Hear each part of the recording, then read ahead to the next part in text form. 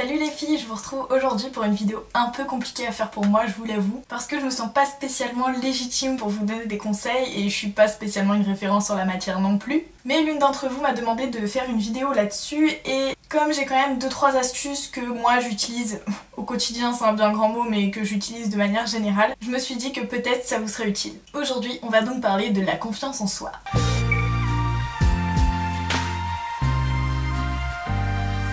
Ok, donc en tout j'ai 4 grands conseils avec des sous-parties on va dire.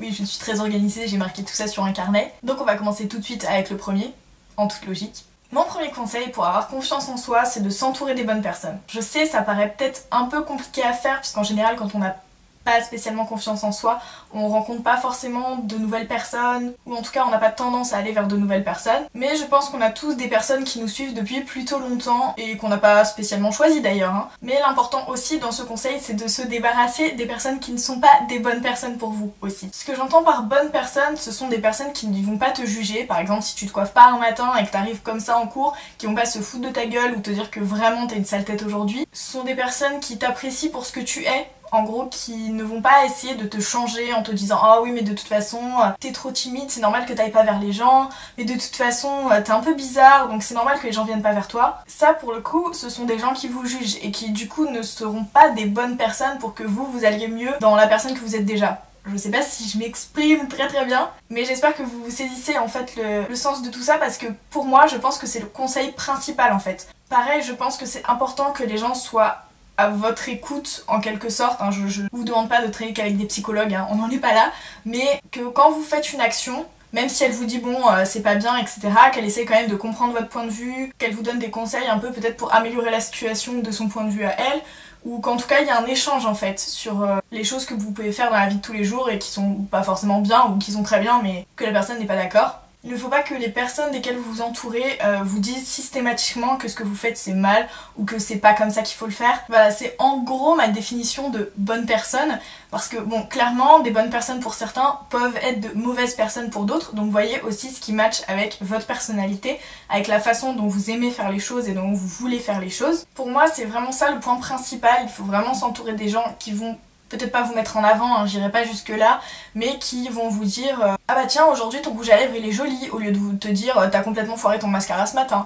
ou alors qui vont vous dire moi ce que j'aime chez toi c'est que t'es vraiment à l'écoute de tes amis et c'est super agréable, plutôt que de vous dire ah t'es super timide, tu parles jamais, c'est chiant. Je pense que vous êtes capable de saisir les nuances tout seul et si vraiment vous avez des personnes néfastes entre guillemets autour de vous, ça sera vraiment difficile pour moi de prendre confiance en vous et de prendre confiance en vos idées ou même à votre apparence. Le deuxième point qui me semble vraiment très important, c'est d'apprendre à se connaître. Je sais, c'est pas spécialement facile, surtout quand on n'a pas confiance en soi et que du coup on n'affirme pas trop ses idées, etc. Mais prenez le temps de vous poser, de vous demander vraiment les valeurs qui vous sont chères, les choses qui vous rendent fiers de vous. Et aussi une petite astuce dans cette grande astuce, c'est de trouver des accessoires qui font que vous êtes vraiment vous. Je pense que dans la vie de tous les jours ça peut vraiment aider. Je vais prendre un exemple tout bête, et personnellement ça me donne vraiment confiance en moi d'avoir un rouge à lèvres voyant et des petits talons pour être un petit peu plus grande. Même si je suis pas petite, hein, mais psychologiquement je me sens vraiment mieux, même avec 3-4 cm en plus. Et un jour lambda où tout va bien, je peux très bien sortir en basket, y a pas de problème, avec juste un baume à lèvres. Mais les jours où je me sens moins bien, où je me sens moins confiante, j'ai tendance à revenir à ces bases et c'est vrai que ça m'aide pas mal. Donc clairement ça peut être n'importe quoi. Après j'ai pas forcément d'idée pour les garçons par exemple, mais pour les filles, je sais pas, ça peut être un soutien-gorge qui vous met particulièrement en valeur, ou un t-shirt qui vous met particulièrement en valeur. Ça peut être une paire de boucles d'oreilles ou un mascara qui vous fait des cils de ouf. Enfin, ça peut vraiment être n'importe quoi et trouver ces petites choses qui font que vraiment vous vous sentez au top quand vous les avez sur vous, parce que les jours où ça ira un peu moins bien, où vous serez peut-être un peu moins au top, bah en les mettant, vous vous sentirez peut-être pas au top du top, mais vous vous sentirez vraiment mieux et plus à même d'affronter la journée en fait qui va arriver. Par contre, un petit point que je voulais aborder dans ce grand ensemble de apprenez à vous connaître et apprenez à savoir quels sont les accessoires qui font que vous êtes vous. Je veux dire vraiment des accessoires qui font que vous êtes vous. Par exemple, si vous trouvez sublime, je vais prendre un exemple super actuel, si vous trouvez sublime un choker sur Kylie Jenner, il se peut que vous mettez pas forcément en avant parce que vous n'avez pas son physique, parce que vous avez un gros cou, ou j'en sais rien. Bref, c'est peut-être quelque chose que vous trouvez joli sur quelqu'un d'autre, mais n'essayez pas de prendre des trucs jolis justement que vous trouvez sur d'autres gens, parce que ça peut justement vous faire perdre confiance en vous, parce que ça vous va moins bien ou quoi. Le but c'est vraiment de trouver des choses qui vous vont à vous. Un autre exemple, moi dans mes accessoires qui font que je suis moi, c'est que j'adore mettre des créoles et j'en ai vraiment énormément et j'en ai des très très grosses aussi. Et cet accessoire tout bêtement, par exemple si vous avez un petit cou, je fais une fixette sur les coups, je sais pas ce qui m'arrive, hein, j'ai pas eu de problème de collier ou je ne sais quoi ce matin, mais c'est les premiers exemples qui me viennent. Si vous avez un petit cou, cet accessoire ne vous ira pas et ne vous donnera du coup pas du tout confiance en vous parce que ça donnera pas du tout le même résultat. L'objectif c'est pas de copier les choses qui vont à vos idoles ou à des filles que vous trouvez super jolies dans votre collège, dans votre lycée, dans votre entourage, dans votre travail. Le but c'est de trouver des choses qui vous vont extrêmement bien à vous et qui font que vous êtes au top. Le troisième point, et c'est peut-être celui qui est le plus facile à dire qu'à faire, c'est d'anéantir ses complexes. On a toutes et tous d'ailleurs des petits complexes qui peuvent nous miner le moral et miner notre confiance en nous parce que c'est pas parfait, parce que c'est pas la vision qu'on se fait de la chose en question parfaite, mais il y a toujours un moyen de contrecarrer ça. Par exemple, moi j'ai eu une période, et je vous en ai déjà parlé en vidéo, je vous mettrai la vidéo en question dans le petit i.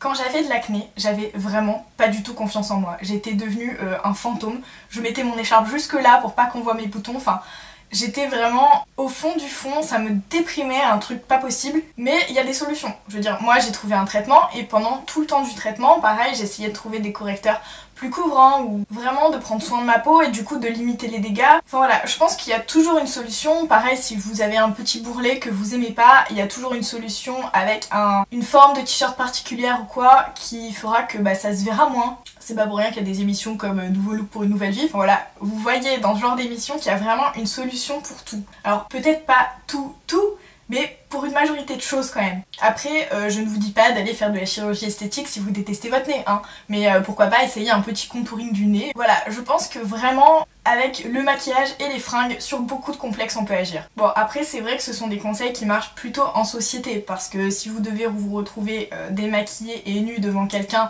dans je ne sais quelles circonstances, là ça va être un peu plus compliqué de faire quelque chose pour ces complexes, évidemment. Mais dans ce genre de cas, le but c'est de se retrouver démaquillé et nu devant une bonne personne dont je parlais dans le premier point, ou en tout cas une personne en qui vous avez confiance et à qui vous n'avez pas spécialement envie de cacher ses petits complexes. Le dernier point que je voulais aborder dans cette vidéo et qui va être plutôt difficile je pense si vous n'avez pas confiance en vous, c'est d'assumer toujours son point de vue. Si je dis ça, c'est parce que en général quand on n'a pas confiance en soi, on n'a pas envie de prendre la parole en public, même devant un groupe d'amis ou devant 2-3 personnes, on n'est pas à l'aise dans ses chaussures et du coup on n'a pas envie de partager ses idées profondes ou ses pensées sur la vie ou je ne sais quoi d'autre. Et c'est vraiment super dommage de se limiter parce que ça va justement pas vous aider à avoir plus confiance en vous. Le fait est qu'on a tous des points de vue profondément différents ou pas profondément différents parce que je pense que vous côtoyez des gens qui ont des points de vue plutôt similaires aux vôtres.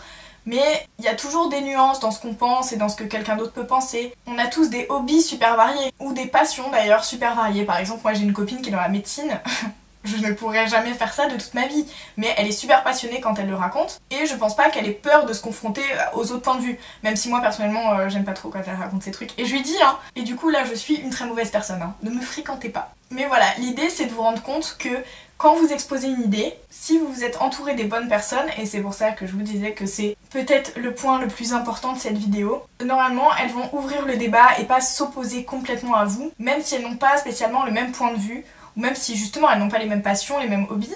Et ça va aussi vous apprendre à défendre vos idées, à argumenter autour d'elles et du coup à prendre plus confiance en vous. Parce que vous allez pouvoir confronter tout ce que vous vous dites tout seul dans votre coin à des vraies personnes et vous allez peut-être convaincre de vraies personnes. Et à partir de là, quand on convainc d'autres personnes ou quand on trouve d'autres personnes qui ont le même point de vue que nous, ça nous donne un peu plus confiance en nous. Et c'est encore mieux si une personne qui partage votre point de vue a hyper confiance en elle parce que comme ça vous avez un exemple à suivre.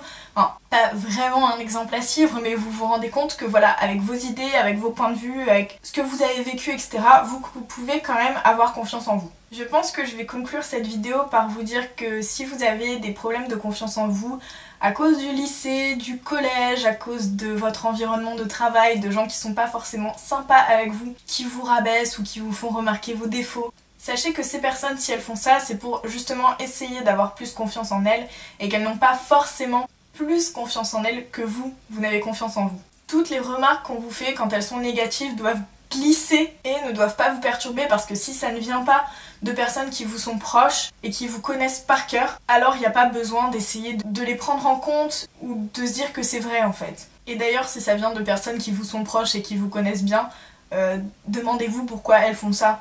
Et encore une fois, reportez-vous au point numéro 1 de cette vidéo, faut pas s'entourer de gens qui ne sont autour de vous que pour vous rabaisser et se sentir mieux dans leur peau quoi. C'est peut-être un peu égoïste comme phrase ce que je viens de dire, mais le principal c'est que vous vous sentiez bien et qu'ensuite vous vous entouriez de personnes qui peut-être sur le moment ne se sentent pas bien, mais qui n'essayent pas d'influer sur votre confiance en vous parce que eux n'ont pas confiance en eux. Voilà, j'espère que cette vidéo n'était pas trop brouillonne et que j'ai été assez claire. J'espère que je me suis bien exprimée sur tous les points parce que c'était vraiment important pour moi. Et si j'ai pu vous aider, ne serait-ce que un tout petit peu, je serais vraiment contente. Et en attendant la prochaine vidéo, je vous fais des bisous.